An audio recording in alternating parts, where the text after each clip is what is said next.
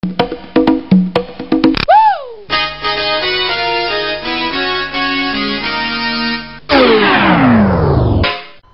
this is speed of light, expansion of the universe, black holes, and wormholes. Although I'm not going to spend too much time on wormholes because, well, we haven't sorted out artificial gravity yet, and we need black holes. And we need to understand black holes and gravity, so what's the point in teaching you about wormholes in 2011 when it might take you another 30 years just to figure out gravity from what I've told you. So I've got a little picture for you. You've got one galaxy running one way, rotating one way, and one galaxy rotating the other way. Then you've got the expansion of the universe and the centre of the universe. So expansion of the universe is increasing, not too far apart, sort of way. In fact, actually, the Andromeda galaxy is coming towards the Milky Way. So, in this particular fact, we've got the Andromeda galaxy just about to collide with our galaxy. And then you've got a star on the outside of the Andromeda galaxy, which is rotating that way. And you've got a star on the outside of the Milky Way, which is going that way. And they're emitting light at the speed of light. So as the light's going towards each other, right, then you've got, it's like in our CERN LHC reactor, or the one over in Lawrence Livermore, or wherever it is, like, yeah, you've got these things called cyclotrons, no, not cyclotrons, large hadron colliders, that's it, large cyclotron colliders, which send proton beams at like the speed of light to hit each other, so you've got a closing speed of twice the speed of light, just like in those colliders. Well, relatively, they're just going to pass each other, like, you know what I mean? So they're not actually travelling faster than the speed of light, they're just going towards each other at twice the speed of light. But, right, you've got this light particle coming towards the Milky Way from the Andromeda galaxy, and it's coming off the rotation, and then you've got this star which is rotating this way, and it's got this light coming towards it. And relatively speaking, towards that planet, it's going faster than the speed of light. So now when you're working out light that's coming from another universe, and you're saying, well, that universe is so far away because the light takes that amount of time to come to us, then you don't take into account expansion of the universe, and you don't quite know what expansion of the universe is. How can you give me a light barrier speed? And how can you know that you're not seeing that light?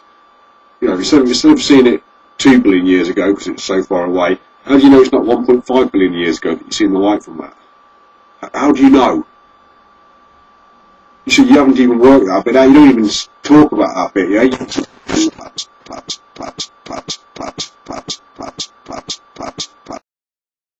That star, it's going faster than the speed of light. Plus, you've got the fact, right, that if space is stationary, which it's not because it's expanding, but it is, space is stationary, it's things that are expanding in space. Now, space is expanding at an ever-increasing rate, and if it started off at the speed of light, it's expanding even quicker now, because it's expanding quicker, the universe is expanding quicker.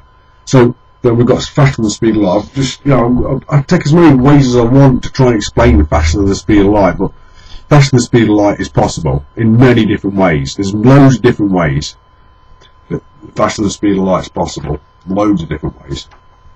Even for a photon can travel faster than the speed of light. Even if it's relatively speaking, it will travel faster than the speed of light. So, expansion of the universe is increasing in speed because we've measured it. It's been measured. The telescopes have measured that things are travelling away from us at an increasing speed. Wow, that means they're travelling faster than the speed of light.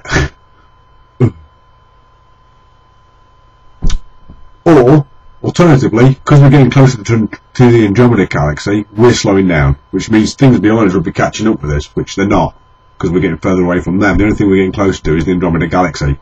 The expansion is increasing. The speed's increasing. So you get one option here. So the speed of light is a barrier, because you're talking about barrier. You lot like barriers. Speed of light is a barrier, and it's getting faster as expansion rate increases, obviously. Or alternatively, you get speed of light as a barrier and is getting slower as expansion rate increases, obviously. Whichever one you want of those two, because it can't be the same. It has to be either increasing or decreasing.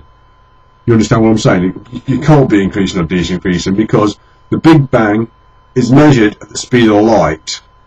So space is now, or will be, expanding faster than light, because we've measured it, that it's increasing.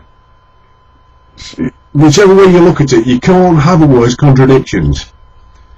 Is that called the Bose-Einstein contradiction? All those things I'm not trying to prove the speed of light now. I'm trying to work out from all these things that are actually happening how you can have the speed of light barrier. So that's just a small. I've just worked that out on a small little piece of paper for you. You mental retards. Right, then you've got time runs slower in and around gravity. See the 2 clocks video. I've got a video on there called 2 clocks, so I'll take the piss out of your 2 clocks experiment and show you how the clock runs slower when you're running at speed, but go and watch that. Anyway, wormholes, as described by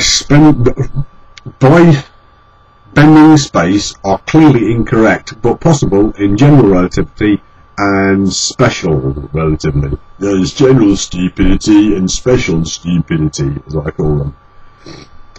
If they were happening, i.e. if space was being bent by a wormhole, so instead of being able to travel faster than light because you've travelled across there faster than light, the way it's explained in general relativity is that gravity bends space, and then the wormhole up here, sorry, the black hole up here, which is bent space, might find another black hole down here and then create a wormhole.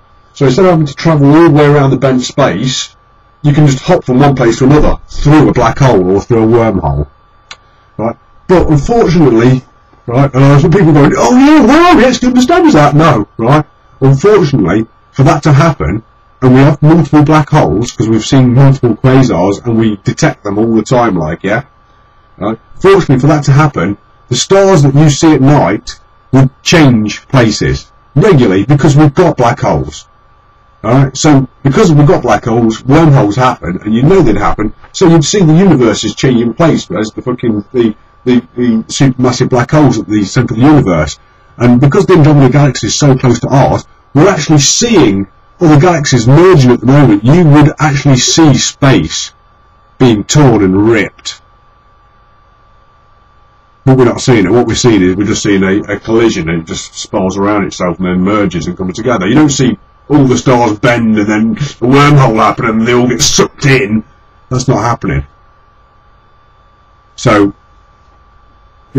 although general relativity and special relativity say this happened, it doesn't. So if they were happening, you would see them. We have seen quasars, black holes, and this is where wormholes, as general relativity and special relativity happen. You would know you've seen it as the stars would be out of place in the night sky only if for a short time. So only if it was for a short time, they would suddenly, they'd be out of place and then come back in again. Because some of the stars that you see at night are galaxies. They go out of place and then come back in again. And we're not seeing that. We're actually watching these stars and galaxies at night. We've got some telescopes watching just the planets, just the stars, to see planets, to see the dimming of the light, and they're just constantly looking at one part of space all night, just looking at it, like, yeah, and they would see it. You'd go, oh look, there's a wormhole. Oh, what's that? Oh, I'll tell you what, that's bent space. That's a wormhole. Someone would have seen it by now. They'd have definitely seen it by now because they're just looking at it constantly over and over and over again. Since Hubble's out there and Keck's out there and other space telescopes are out there looking 24/7, and other ground-based telescopes are looking out constantly, and radio telescopes are collecting data constantly, we'd have seen it by now. So, wormholes are massively different to this, and I will explain it at a later date, like I said earlier. Right? I will explain it at a later date, but for now it's just too much.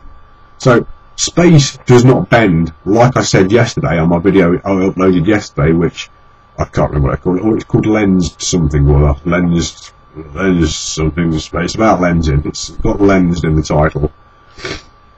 And as for time travel, well, that just sends shivers down my spine every time I do it. And that's like deja vu, mate. I see something 10 years ago, and then it happens.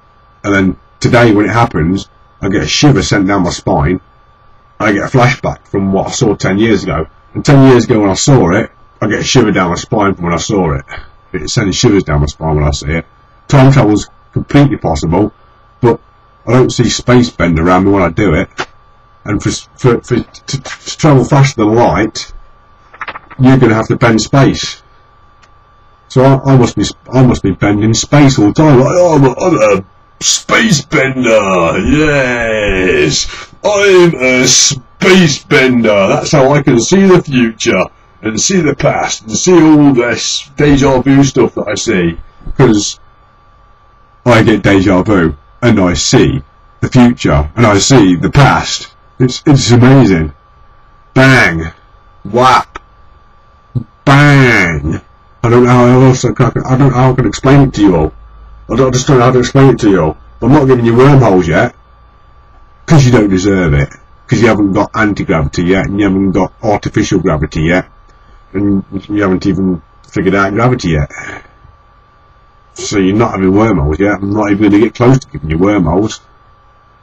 I would imagine 30 years, maybe 40 years time, you might see Big Stinger #1 on YouTube with all my grey hairs and all my wrinkles up here, a big busher, big. And this is how I do the wormhole. And remember this ship that I was making all those years ago? Well, that's now up in space, and that's that far away.